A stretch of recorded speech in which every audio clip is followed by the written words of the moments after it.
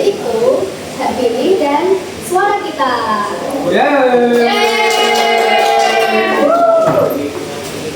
Aku Mulan. Aku di sini gak sendirian. Di sini ada tiga teman-temanku yang keren-keren banget. Hai guys, nama Rasid Al-Jahari. Bisa dipanggil Rasid. Aku Minang Safira, bisa dipanggil Bintang. Aku Azhar dari sana, bisa dipanggil Azhar. Oke, langsung saja ke intinya. Teman-teman pasti sering dengar kan kata demokrasi dan Sering banget. Di TikTok pasti ada. di Iko, berita, TV, semuanya ada ya. Demokrasi itu katanya punya arti dari rakyat, oleh rakyat, untuk rakyat. Ya.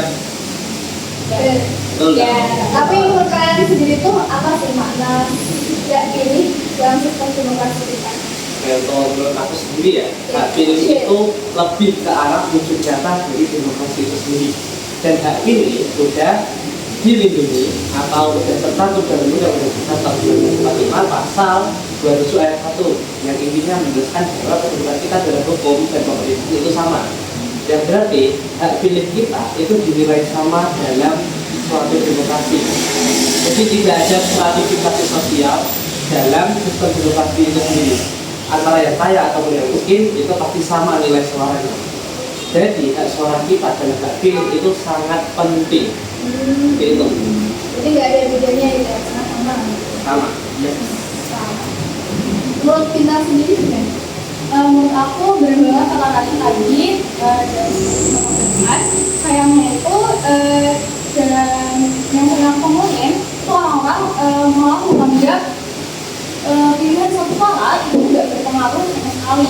Padahal itu tuh bisa menjadi penentu kemenangan dari hasil pemilu tersebut gitu, atau penentu suara tersebut. Aku pernah bisa baca di artikel kalau nggak salah pada pemilu tahun 2019 di suatu daerah itu tuh hasil pemilu mereka itu ditentukan oleh hasil satu suara itu, selisih satu suara itu. Nah itu tuh kan bisa menjadi penentu masa depan kita untuk 5 tahun ke depannya. Gitu. Jadi kayak satu suara itu berbagai banget ya. Iya. Jadi nggak boleh golput, sangat dilarang. Dilarang golput, ingat. Dan golput. No. Terus jelas sekarang. Ya tadi cuma nambahin aja. Dan kalau satu suara itu kan benar-benar kayak berpengaruh banget kan. Bukan cuma satu suara aja. Jadi walaupun kita ini apa masih yang 17 tahun belum bisa nyoblos itu harus penting sadar bahwa demokrasi itu sangat penting buat sadar mulai dari sekarang. Dari cara kita ngomong, cara kita berpikir, dan cara kita bersikap lah. Wih, keren-keren banget ya tadi pendapat teman-teman kita. Dikasih apa? Dikasih W, kasih O, kasih W. Wow, keren. Wow, keren. Kamu kabarin. Ada peradanannya soalnya diri saya juga saya. Next topic. Tadi ngomong bola ada nyinggung ya soal remaja. Kalian merasa nggak sih akhir-akhir ini tuh anak muda Gen Z kayak kita tuh udah mulai punya pengaruh besar dalam dunia politik? Betul banget, terutama buat kita remaja, jadi bukan SMA atau MAN, itu kita kan sudah umur 17 tahun, kita sudah punya KTP, makanya kita dilatih, bukan mungkin sekarang dari SD atau SMP ya sudah ada yang membahas tentang pemilihan ketua kelas, pemilihan ketua organisasi dalam rangka untuk melatih kebiasaan demokrasi kita menggunakan hak pilih kita. Jadi kita tuh sebenarnya sudah dilatih dari kecil, cuma kita mungkin belum tahu aja namanya itu demokrasi kayak gitu sih. Nah, terutama kita yang pada masa SMA ini kan sering organisasi ya. Ini ikut pramuka, tari, ekstra. Nah, itu harus banget belajar demokrasi karena waktu kita udah punya KTP, umur 17 kita udah punya hak suara yang resmi. Jadi mulai sekarang biasain jangan golput. Tidak boleh konsumen. Lanjut, bilang bener banget tadi yang dibilang sama Rashid, sangat fakta dan kalian bener ya bilang golput. Terus menurut aku itu kita juga bisa kontribusi hal yang sederhana kalau itu kecil seperti menyebarkan informasi yang aktual tentang pemilu, terus melawan hoax ataupun ikut OSIS atau organisasi yang ada di sekolah. Itu tuh juga adalah miniatur dari demokrasi sendiri. Benar banget. Demokrasi itu bukan tentang cuma coblosannya di TPS gitu, tapi juga memberi penghasilan tentang mengambil keputusan secara adil, terus berdiskusi secara sehat, terus menghargai pendapat orang lain. Ya, kita bisa mulai dari hal-hal kecil yang ada di sekolah ya. Jadi selama ini yang kita lakukan dari pemilihan OSIS itu untuk pelatihan ya, sebenarnya latihan demokrasi di masa depan. Tapi kadang tuh di beberapa di antara kita tuh ada yang masih kecil kayak apatis, yang soalnya Ya. Nah ini makanya kan dari tadi Mbak Mulan terus yang nanya intinya kita yang nanya. Ya boleh Ini tuh. pemilihan suara. Nah, Mbak Mulan ini sudah melakukan belum? Pemilihan suara. Atau golput nih dengan Iya. Kalau aku, ya pernah lah. Ya. Ya kalau aku sendiri ya paling pemilihan OSIS, pemilihan ketua tali ada. Siap. Pasti ada. Pemilihan Tali pun ada tuh. Iya, sangat demokrasi itu ketua. Yes. Itu kayak aku juga kan ikut ether kan. Oh iya. Apa tuh? Jadi apa tuh? Jadi apa? Oh ya. Tapi ya aku milih kelak jadi ketua. Enggak, amin. Yes. Wah, lucu banget. Aduh, saya tadi ngomong soal itu remaja yang masih apa tuh enggak yang aksen nah itu lah kalian gimana? Aduh, belum ada koneksi. Bintang. Harusnya sih sekarang harus mulai terbuka ya dengan apa tadi? Politik. Ya tidak boleh dia berdiam diri ataupun pasif tentang demokrasi ataupun pemilihan, karena itu juga bakal menentukan hidup kita ke depannya juga. Itu sangat berpengaruh banget buat kita untuk nanti presidennya siapa, apa ketua RT-nya. Jangan golput, pokoknya tidak boleh pasif. Melatih kita supaya tidak menjadi hebat dalam negara. Betul saja. Aduh, siapa ya? Bukan cuma ngikut-ngikut aja gitu. Aduh. Siapa ya nih ya? Terutama pada era digital kayak gini, menurutnya semua semua. Masa terus. Demokrasi di zaman sekarang itu kan berarti nggak harus kita nyoblos pakai G-form itu termasuk demokrasi atau enggak? Ya. Kita bisa milih siapa, tapi lah G-form kan kita dari dulu tahunya tuh demokrasi, nyoblos, pemilu itu gimana? Kalau dari G-form kita kan nggak nyoblos, kita nggak lakukan kontak fisik, nggak pakai kertas, kita cuma pakai HP, tunul kirim. Nah, gimana menurut kalian semua? Menurutku sih ya itu termasuk demokrasi, soalnya itu kan mengasih pendapat gitu, mengasih masukan, mengasih apa namanya jawaban. Ya itu demokrasi ya, supaya menyuarakan hati kita, pikiran kita. Betul banget, itu tuh mengasih pilihan yang kita mau tuh apa gitu, dan itu juga kadang G-form kan ada yang bersifat apa ya, privasi kayak yang mirip itu tuh juga nggak kelihatan gitu kan. Yes, ini. Ya. Ya, jadi masih termasuk demokrasi. Kalau menurut aku sih ya sama kayak kalian. Karena kan itu suara kita ya. Ya, termasuk menyuarakan menyuarakan pastilah udah ada pertimbangan buat masing-masing. Oh ya, aku mau menambahkan sedikit menurut Asik, kalian. apa tuh? Keren banget. Ini tuh termasuk demokrasi atau bukan, atau ini adalah cara demokrasi yang salah. Itu tuh kayak Gen Z yang sekarang nih, TikTok, di X ataupun IG, banyaklah sosmed. Banyak yang mengkritik pemerintah itu lewat meme-meme. Menurut kalian gimana ya? Itu tuh sebenarnya diperbolehkan atau bagaimana? Kalau menurut aku sendiri ya, kayak itu sebenarnya kita tuh lihat dari sudut pandang akhlak dan moralnya. Pantas gak sih misal foto kuning sebar kemana-mana, dikasih stiker tak, ibu begitu kan? Ibu gitu ya? Ya, ibu begitu kan? Ya seharusnya seperti itu. Dan ya sebenarnya gimana ya? Dibilang nggak boleh tapi kalau saja yang lakuin, tapi juga nggak boleh. Nah, itu balik ke kesadaran yang masing-masing ada.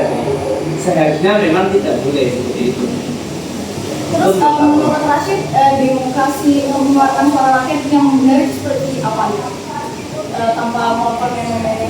Apa ya? Kayak yang menteri sekarang, menteri keuangan Pak Purwaya, itu kan ada aplikasi apa yang namanya kalau nggak salah, Ayo Purwaya atau apa? Pokoknya itu untuk laporan ya, laporan kita kepada itu menteri keuangan tentang pengelolaan uang atau sebagainya, pokoknya laporan kita atau kayak inovasi yang ya kayak tadi sih ya. Oh iya. Apa? Oke guys, maaf tadi ada orang lewat.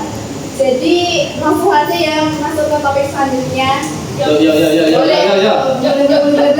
Nah, jadi minggu soal remaja yang masih banyak remaja yang masih tertutup soal politik.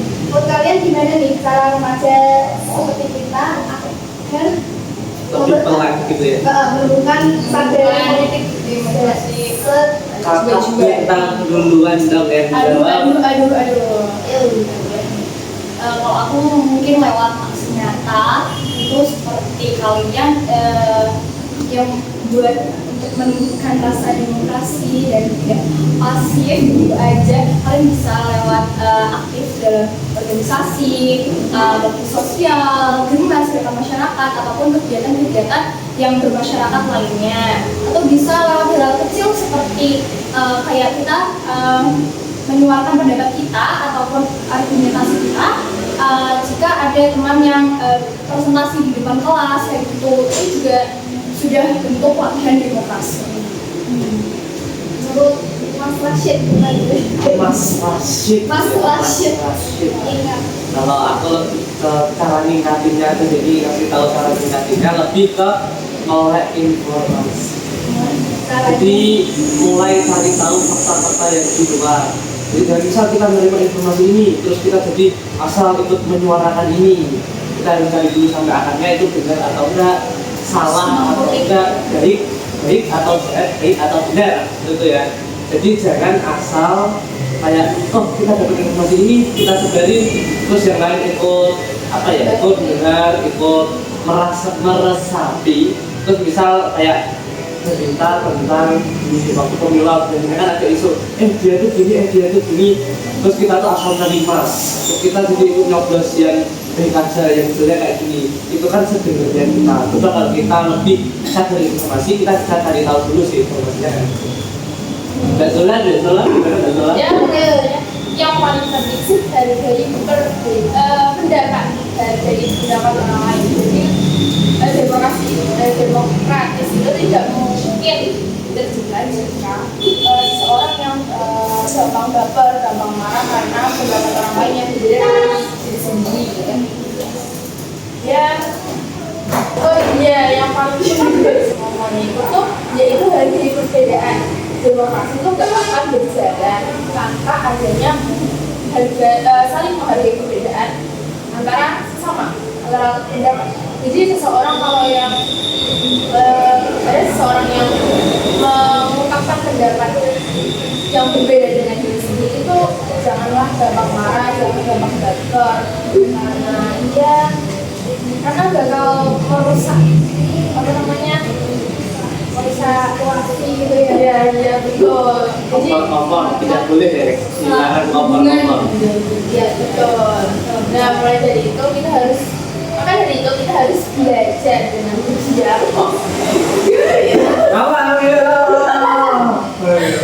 Wah ya.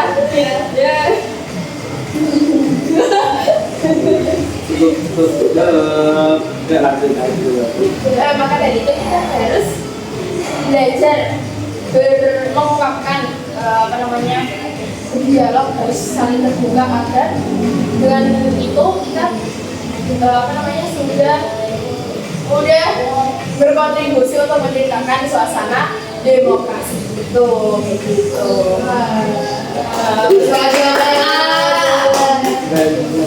Iya, detik terakhir aku punya sampai nih. Apa tuh Pak? Aduh.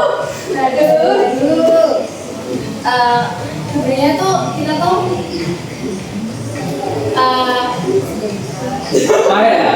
lupa nih.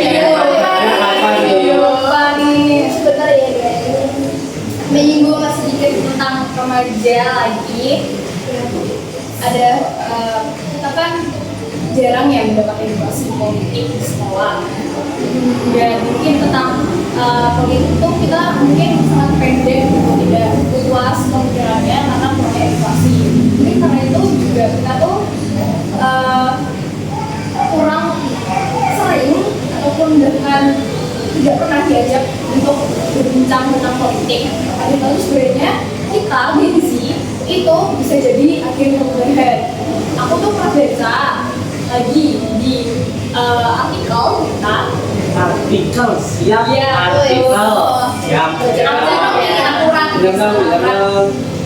Mati ya. Dingin banget. Dingin guys. Jadi aku pernah baca data dari KPU tahun 2024 dari pemilu itu hampir atau bahkan kalau nggak salah 50%-nya itu usia pemilih itu 17 sampai 30 tahun, dimana itu tuh adalah Gen Z. Itu berarti kayak setengah suara pemilu di Indonesia itu tuh ada di tangan kita. Jadi Siap. Jadi itu sebenarnya kita pokoknya harus lebih melek lagi tentang demokrasi, demokratis, ataupun tentang politik gitu. Tidak boleh pasif. Itu sedikit fun fact dari aku. Keren banget fun fact-nya, guys. Nah itu dia buat kita hari ini. Terima kasih sudah mendengarkan podcast. Nah pilih dari suara kita. Sampai jumpa di episode selanjutnya. Jangan lupa suaramu masa depanmu.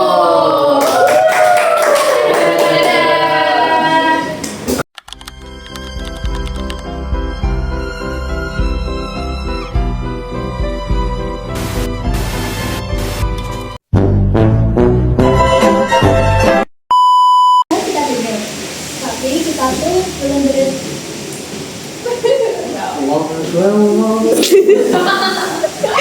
Macam tak betul je budak ni. jangan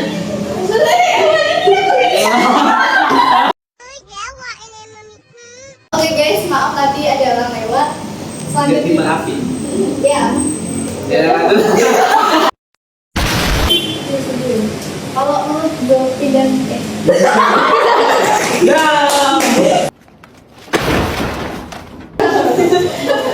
bisa menyuarakan lewat aku yang keren Guys, aku di telepon ini suaranya mandek. Alah, oke yang ni. lumayan ada 3 yang Oh, 1 sama 3 ada 3 kan toh? Iya.